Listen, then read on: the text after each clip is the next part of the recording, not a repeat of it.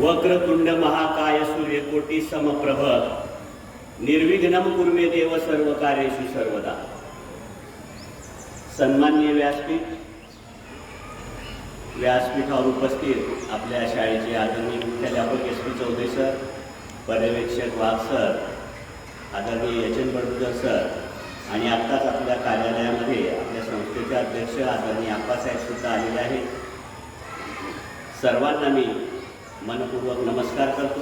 उपस्थित शिक्षक बंधू भगिनी, शिक्षकेतर कर्मचारी या सर्वांना सुद्धा नमस्कार आणि सर्व विद्यार्थी मित्रांनो तुम्हाला सुद्धा तुमचं या ठिकाणी मी स्वागत करतो शब्दसुमनाने। आणि या वर्षभरामध्ये शाळेमध्ये जे काही उपक्रम राबवले गेले आहेत, खेळाच्या स्पर्धा असतील, विज्ञानाच्या संदर्भात असेल, वक्तृत्व स्पर्धा असेल, या सर्व स्पर्धांमध्ये आपल्या शाळेतील बऱ्याचशा विद्यार्थ्यांनी उज्ज्वल अशा प्रकारचं यश प्राप्त केलेलं आहे। आणि म्हणून त्या सर्व विद्यार्थ्यांचं मी प्रथम अभिनंदन करतो आहे। म्हणून स्वतःसाठी तुम्ही जोरदार एकदा टाळ्या वाजवायच्या आहेत। तुमचं सर्वांचं अभिनंदन।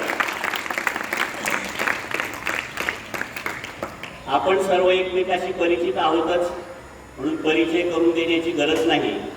मी या ठिकाणी तुम्हाला काही फार मोठा उपदेश करणार नाही, फक्त तुमच्याशी काहीतरी चर्चा करावी, हितगुज करावं यासाठी मी उपस्थित आहे। आणि तुमच्या मनामध्ये काही प्रश्न असतील, माझ्या मनात काही प्रश्न असतील, तर त्याचा विचार आपल्याला या ठिकाणी थोडक्यात करायचा आहे। मला किंवा तुमच्या मनामध्ये असा प्रश्न कधी निर्माण होतो का की मी शाळेत का जातो? विचारतात का तुम्ही असं मनाला कधी प्रश्न स्वतःच्या की मी शाळेत का जातो? कोणी सांगू शकेल का याचं उत्तर की तुम्ही शाळेत का येतात? कशासाठी येतो शाळेमध्ये? शाळेत ज्ञान घेण्यासाठी येतात। बरोबर। आता याने सांगितलं की ज्ञान घेण्यासाठी। अतिशय चांगलं उत्तर दिलंय। काही विद्यार्थी सांगतील आम्ही शिकण्यासाठी येतो, काही विद्यार्थी सांगतील आई वडील पाठवतात म्हणून आम्ही येतो, काही सांगतील गावातल्या गावात शाळा आहे वा चला, दप्तर उचललं की चाललो शाळेत। अशी वेगवेगळी उत्तरं आहेत तुमची, आणि तुमची उत्तरही ती बरोबर आहेत। मग आपल्याला आई वडील शाळेत का पाठवतात? का पाठवतात आई वडील शाळेत? का त्यांची हेच उत्तर आहे, चला बा घरी गर्दी होते, घरात काही काम उमजत नाही तुमच्यामुळे, म्हणून जाऊ त्या शाळेत, म्हणून सकाळी आपली धोपटी भरली दप्तराची की चाललो शाळेत। असं कारण आहे का त्याच्या पाठीमागे? असं वाटतं का आई वडिलांना?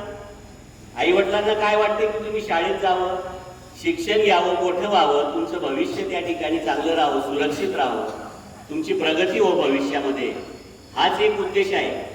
जगामध्ये फक्त आई वडील आणि शिक्षक यांच्या मनामध्येच तुम्ही मोठं व्हावं ही इच्छा आहे फक्त, यांच्या व्यतिरिक्त नाही, आणि ते सुद्धा निरपेक्ष।